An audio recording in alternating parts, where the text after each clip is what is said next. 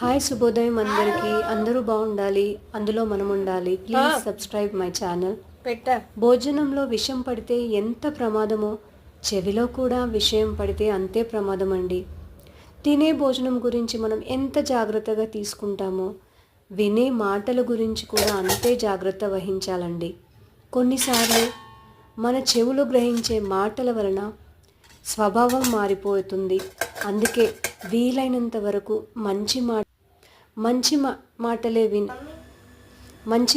వినండి, మంచి మాటలే మాట్లాడండి, మంచి మాటలనే 10 మందికి చెప్పండి.